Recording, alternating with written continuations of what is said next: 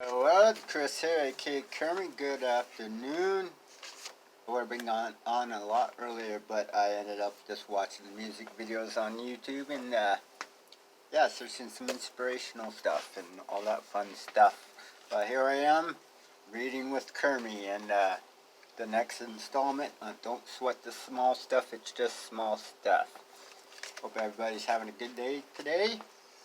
And so far so good. Of course, it's half sunny, so it's a decent day so far. So anyway, surrender to the fact that life isn't fair. What a topic for the day. Let me get started right away here. A friend of mine is in response to a conversation we were having about the injustices of life, asked me the question, who said life was going to be fair, or that it even meant to be fair? Her question was a good one. It reminded me of something I was taught as a youngster. Life isn't fair, it's a bummer. But it's absolutely true. Ironically, recognizing the sobering fact can be a very liberating insight. One of the mistakes many of us make is what we feel sorry for ourselves or for others, thinking that life should be fair or that someday it will be. It's not, and it won't.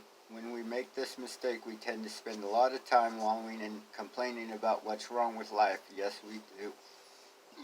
We commiserate with others, discussing the injustices of life. It's not fair. We complain, not really realizing that perhaps it was never intended to be fair. One of the nice things about surrendering to the fact that life isn't fair is that it keeps us from feeling sorry for ourselves by encouraging us to do the very best we can do with what we have. We know it's not life's job to make everything perfect. It's our own challenge. Surrendering to this fact also keeps us from feeling sorry for others because we are reminded that everyone is dealt with with a different hand, and everyone has unique strengths and challenges. The insight has helped me to deal with the problems of raising two children, not mine, the difficult decisions I've had to make about who to help and who I can't help, as well as with my own personal struggle during those times that I have felt victimized or unfairly treated most of my life. But we'll get into that. It almost always wakes me up to reality and puts me back on track. The fact that life isn't fair doesn't mean we shouldn't do everything in our power to improve our own lives or our world as a whole. To the contrary, it suggests that we should. When we don't recognize or admit that life isn't fair, we tend to feel pity for others and for ourselves. Pity, of course, is a self-defeating emotion that does nothing for anyone except to make everyone feel worse than they already do. When we do recognize that life isn't fair, however, we feel compassion for others and for ourselves. And compassion is a heartfelt emotion that delivers loving kindness to everyone it touches.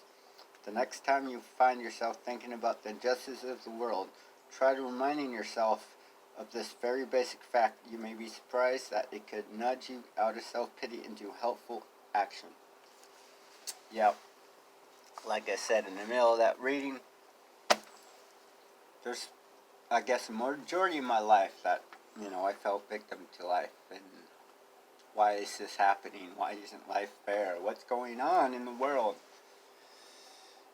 Well, it is still a mystery in life, I think, for us all.